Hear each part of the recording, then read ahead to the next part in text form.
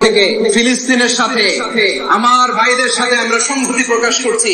আমরা মুষ্টিবদ্ধ হাতকে উপরের দিকে করে আওয়াজ করে আমার সাথে সাথে করুন, ফ্রি ফ্রি আল আকসা।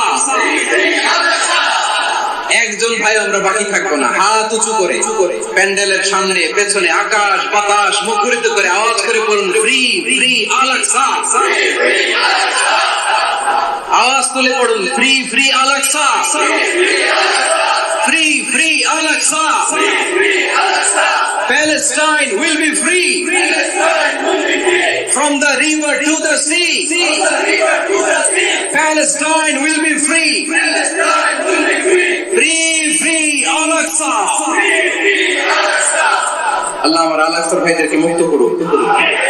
মক্কা মদিনায় যে যেমনি আমরা নামাজ পড়ি ওই পবিত্র মসজিদের পাশে যেন আমরা নামাজ পড়তে পারি। আল্লাহ তৌফিক দাও। আওয়াজ তুলে হৃদয় থেকে আওয়াজ তুলে পড়ুন আমিন।